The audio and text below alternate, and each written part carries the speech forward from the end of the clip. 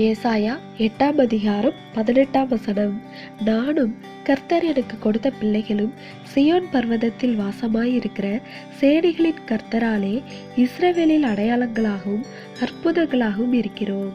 கிறிஸ்துவுக்குள் அன்பானவர்களே, புதிதாக பிறந்த கழுகு குஞ்சு தானும் ஒரு நாள் நிச்சயமாக தன் தாயை போல உயரமாக பறந்து செல்லும் என்பதை அறிந்திருக்கும். ஆம், அது மண்ணில் ஊர்ந்தோ தரையில் நடந்தோ போக போவதில்லை.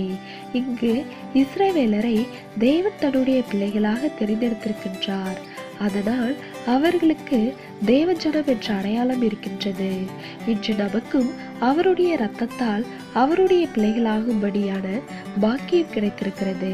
அந்த அற்புதமான இயேசு கிறிஸ்துவை நம்முடைய வாழ்க்கைக்குள் பிரவேசிக்க நாம் ஒப்புக் கொடுக்க வேண்டும். அப்பொழுது அவர் நம்முடைய வாழ்க்கையில் அதிசயமானவராகவும் அற்புதமானவராகவும் செயல்படுவார். நாம் அவருடைய அடையாளமாகவும் மாறுவோம்.